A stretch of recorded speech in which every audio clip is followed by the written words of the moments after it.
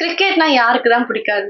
அதுவும் India, Pakistan match வந்துருச்சுன்னா போதும். ஒரு பக்கம் இந்தியன்ஸும், இன்னொரு பக்கம் பாகிஸ்தானிஸும் நம்ம கண்ட்ரி தான் ஜெயிக்கணும், நம்ம கண்ட்ரி தான் ஜெயிக்கணும்னு சொல்லிட்டு ரொம்ப ப்ரே பண்ண ஆரம்பிச்சுருவாங்க. ஆனா யோசிச்சிருக்கிறீங்களா?